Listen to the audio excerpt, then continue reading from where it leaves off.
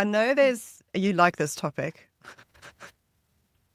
Tone of voice. Tone of voice. So, yeah, I think as a podcast host, obviously you're putting yourself out there, audibly, absolutely, but visually as well a lot of the time.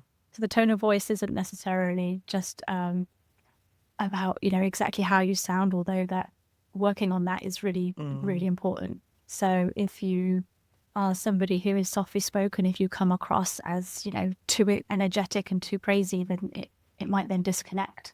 Whereas if you know exactly the kind of person you're putting yourself out there, so that is, also visually, so it could be the way you present yourself and the way you look. If you're always coming across very polished and then you put on a show and you come up in stock, joggy bottoms and a hoodie, then it might be disjointed for your viewers. So having that work done on yourself, it's not to say that we can't change outfits. Obviously, we can turn up as we are, but the tone of voice is not only how we talk and how we want to be perceived, but in how we want everybody to feel us as well. Yeah.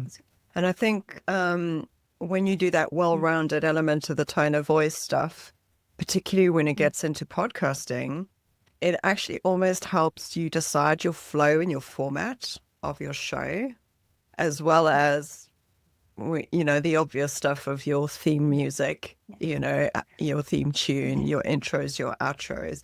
It just helps to guide, almost like a little compass. For my show, for example, my brief for them for the music was Pink Panther meets Big Band.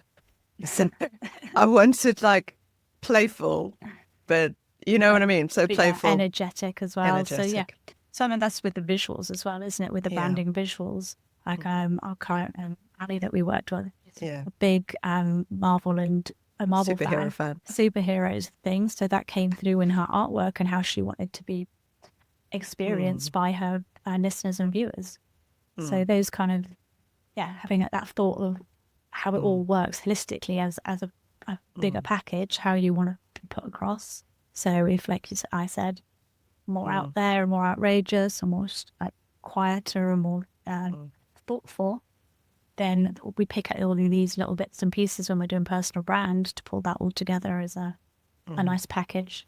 And just pull through that consistency. Yeah, exactly. Perfect. Confidently navigate your brand's future, fit for purpose and poised for success.